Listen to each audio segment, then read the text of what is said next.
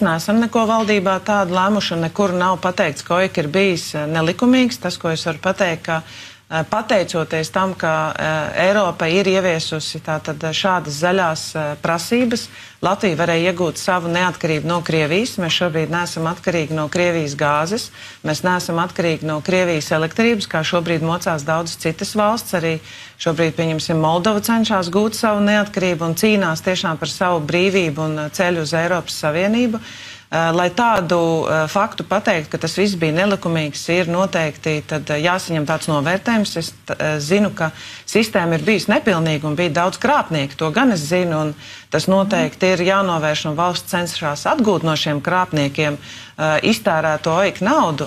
Tā gan ir patiesība, bet, kā es zinu, arī Klimata un enerģētikas ministrija meklē risinājumus, lai tātad šis zaļās enerģijas kurs un lai mums būtu vairāk šī zaļā enerģija, tad arī cenas kopumā Latvijā būs lētākas. Tas, kas ir jāsaprot, jo vairāk mēs paši spējam saražot enerģiju Latvijā, jo mums ir lielāka konkurence un mums ir lētākas cenas.